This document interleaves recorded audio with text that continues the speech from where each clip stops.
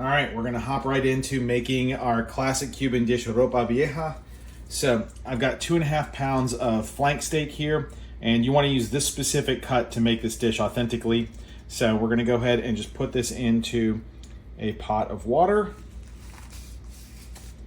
And we're gonna cook this on a low simmer for about an hour and 15 minutes. And we're gonna go ahead and put our bay leaves in. Now, this dish is from Memories of a Cuban Kitchen by Urrutia Randelman, and it is the English language, essentially textbook for making classic Cuban cuisine and these old school home-cooked dishes that are just so good.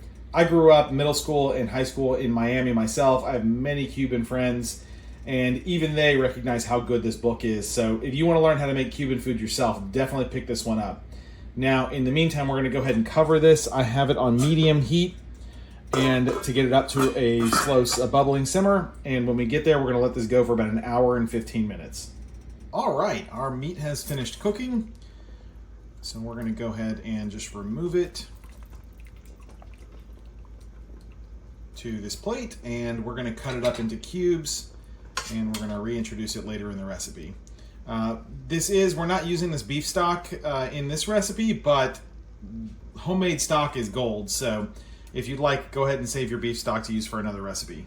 I've heated a 1/4 cup of olive oil, and now we're going to go ahead and put our sliced onions in, as well as our slices of green bell pepper and our garlic. And we're gonna go ahead and just let this all simmer until the onions and the peppers begin to get soft.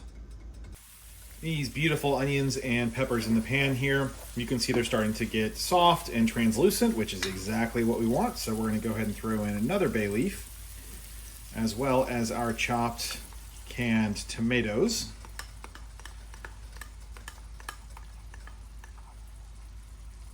And about 1/2 cup of cooking sherry.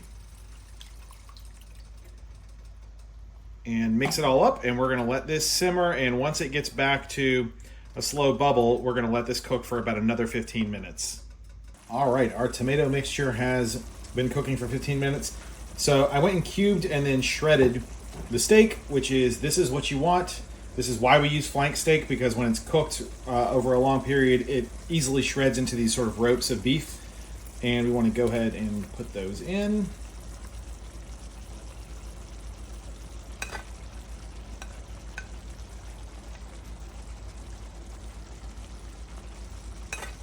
And this is why you also use a very big pan for this.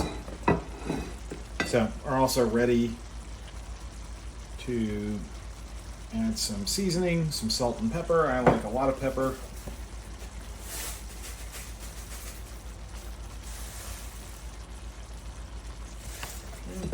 And we're just gonna, again, mix all this up. So once we get this mixed, we're gonna cover it, and we're gonna let this continue to simmer for about 30 minutes covered, so you don't lose that moisture that's in there. And all right, I will show you guys what that looks like when we get there.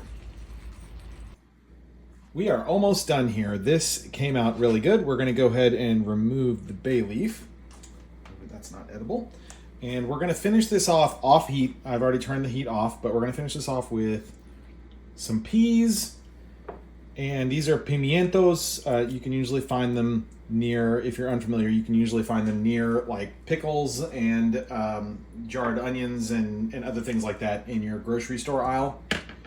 So we're just gonna mix all that up, and then we are basically done.